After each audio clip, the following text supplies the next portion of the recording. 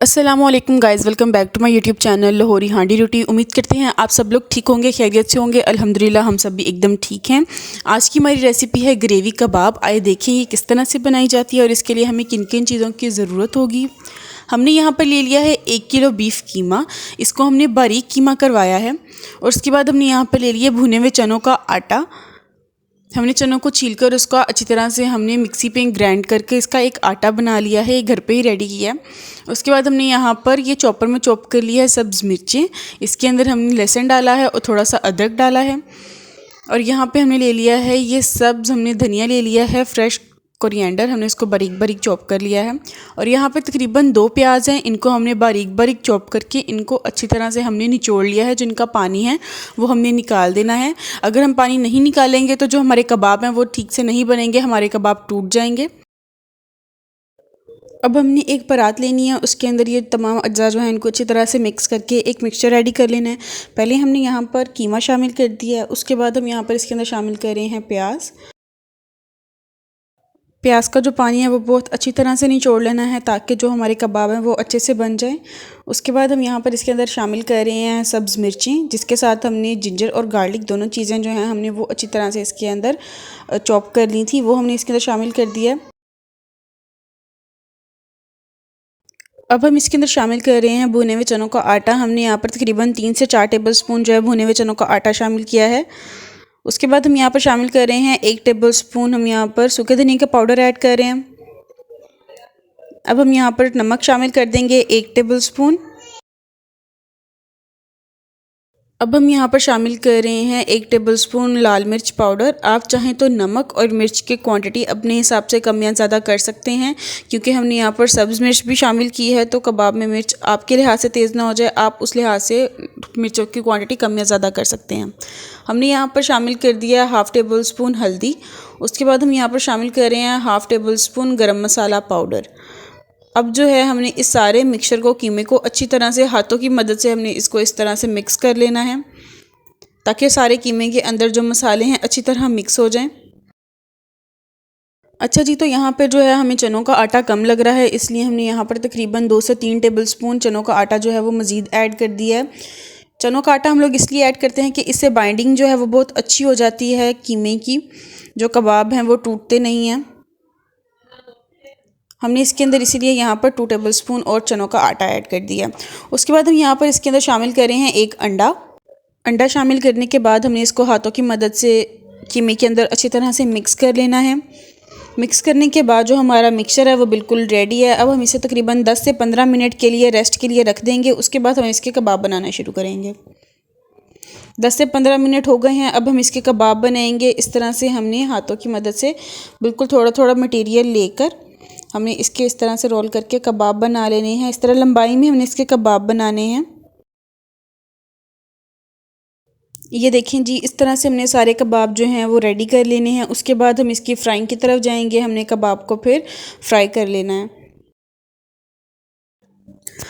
हमने एक कढ़ाई चढ़ानी है चूल्हे पर, उसके अंदर हमने ऑयल शामिल कर देना है फ्राई के लिए।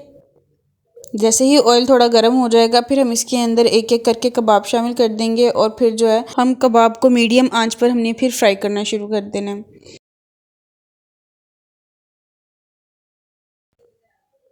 कबाब शामिल कर देने हैं तमाम। इस तरह से ही एक एक करके हमने सारे कबाब इसके अंदर रख देने हैं और बाद में हमने इसके अंदर चम्मच नहीं चलाना, कढ़ाई को हिलाते हुए हमने जो कबाब हैं उनको अच्छी तरह से फ्राई कर लेना है ताकि जो कबाब हैं वो कुक हो जाएं। हमने यहाँ पर कबाब को तकरीबन 70 to 80% हमने यहाँ पर इसको फ्राई करना है। जैसे ही कबाब फ्राई हो जाएंगे फिर हम इनको इस पॉइंट पर फ्रीज़ भी कर सकते हैं। आप चाहें तो उस टाइम ताज़ा बनाकर इसको इस तरह से ग्रेवी के साथ कुक कर लें, चाहें तो इनको इस तरह से निकाल कर आप फ्रीज़ कर लें। फ्रीज़ करके आप इनको तकरीबन 10 दिन 15 दिन या इससे ज़्यादा भी आप इसको फ्रीज़ करके इस्तेमाल कर सकते हैं। अब हम यहाँ शुरू करेंगे इसकी ग्रेवी बनाने का प्रोसेस। यहाँ पर हमने पहले शामिल कर दिया है 1 से 1.5 कप हमने घी शामिल किया है, आप चाहें तो ऑयल भी शामिल कर सकते हैं। उसके बाद हमने यहाँ पर इसके अंदर शामिल किया है 2 टेबलस्पून हमने यहाँ पर जिंजर गार्लिक पेस्ट शामिल किया है। इसको हमने अच्छी तरह से कुक कर लेना है और इसका कलर जो है वो गोल्डन ब्राउन कर लेना है। जैसे ही इसका कलर चेंज हो जाएगा फिर हम इसके अंदर यहाँ पर ये पेस्ट शामिल कर रहे हैं। इस पेस्ट में हमने 5 टमाटर और 1 प्याज को छीलकर वो हमने इसके अंदर ग्राइंड कर लिया था। अब हम इस पेस्ट को कुक कर लेंगे अच्छी तरह, जब तक इसका कलर जो है वो चेंज नहीं हो जाता और जो इसका पानी है वो अच्छी तरह से ड्राई नहीं हो जाता। जैसे ही इसका कलर चेंज होना शुरू हो जाएगा फिर हम इसके अंदर यहाँ पर शामिल करेंगे स्पाइसेस। हमने यहाँ पर ले लिया 1/2 टेबलस्पून हल्दी, हमने वो शामिल कर दिया है। 1 टेबलस्पून हमने यहाँ पर कोरिएंडर पाउडर शामिल कर दिया है। 1 टेबलस्पून हमने यहाँ पर नमक शामिल कर दिया। नमक आप अपने जायके के हिसाब से कम या ज़्यादा कर सकते हैं। उसके बाद हमने यहाँ पर शामिल किया है 1 से 1.5 चम्मच हमने यहाँ पर शामिल किया है रेड चिली पाउडर। ये शामिल करने के बाद हमने इसको 2 से 3 मिनट के लिए कुक करना है। मीडियम फ्लेम पर हम इसे कुक कर रहे हैं। अब हम यहाँ पर शामिल कर रहे हैं 1/2 टेबलस्पून रेड चिली फ्लेक्स। उसके बाद हमने यहाँ पर शामिल किया है 1 टीस्पून हमने यहाँ पर शामिल किया है गरम मसाला पाउडर। ये शामिल करने के बाद अब हम इसे अच्छी तरह से मिक्स कर लेंगे और इसे तकरीबन 3 मिनट के लिए हम दोबारा से इसे मीडियम फ्लेम पर कुक कर लेंगे। जैसे ही हमारा मसाला कुक हो जाएगा फिर हम इसके अंदर एक कप हमने यहाँ पर दही ले लिया है। इसको अच्छी तरह से फेंट के वो हमने इसके अंदर शामिल कर दिया है। अब हम इसे दोबारा से कुक कर लेंगे जब तक जो दही का पानी है वो अच्छी तरह से खुश्क नहीं हो जाता।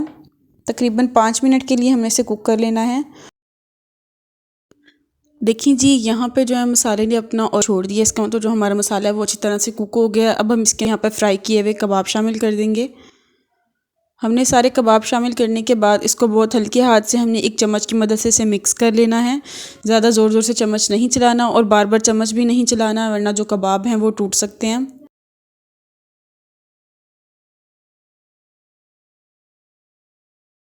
कबाब को मसाले में मिक्स करने के बाद अब हम इसके अंदर यहाँ पर शामिल करेंगे पानी। हमने यहाँ पर तकरीबन 2 कप हमने यहाँ पर पानी के शामिल किए हैं। पानी शामिल करने के बाद हमने हल्के हाथ से एक दफ़ा इसके अंदर चम्मच चला देना है ताकि जो मसाला है वो नीचे ना लगे। इसको अच्छी तरह से मिक्स करने के बाद अब हम इसे 2 मिनट के लिए कवर कर हम इसे कुक करेंगे। जैसे ही ये पकना शुरू हो जाएगा फिर हम इसके ऊपर ढक्कन लगा देंगे और तकरीबन 5 मिनट तक हम इसे बिल्कुल लो मीडियम फ्लेम पर हम इसे कुक करेंगे। और तकरीबन 5 मिनट के बाद ये देखिए जी, हम इसके अंदर यहाँ पर शामिल कर रहे हैं सब्ज़ मिर्चें। हमने यहाँ पर सब्ज़ मिर्चें जो है उनको बारीक बारीक चॉप करके वो हमने इसके अंदर शामिल कर दिया है। उसके बाद हम यहाँ पर सबसे एंड पे शामिल कर रहे हैं 1/2 टेबलस्पून हमने यहाँ पर ले लिया था काली मिर्च का पाउडर, हमने वो इसके अंदर शामिल कर दिया है। और फिर हम दोबारा से इसको जो है वो अच्छी तरह से मिक्स कर लेंगे। अब ये बिल्कुल तैयार हैं। अब हम इसके अंदर यहाँ पर शामिल कर रहे हैं क्रीम शामिल करने के बाद हम दोबारा से इसके अंदर चम्मच चलाकर इसको अच्छी तरह से मिक्स कर देंगे क्रीम के साथ।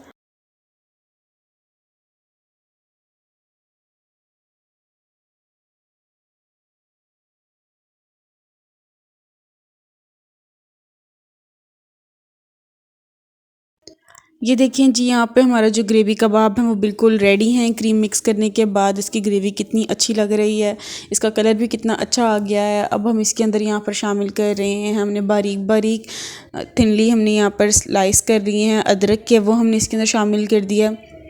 अदरक शामिल करने के बाद अब हम यहाँ पर इसके अंदर थोड़ा सा शामिल कर रहे हैं सब्ज़ धनिया।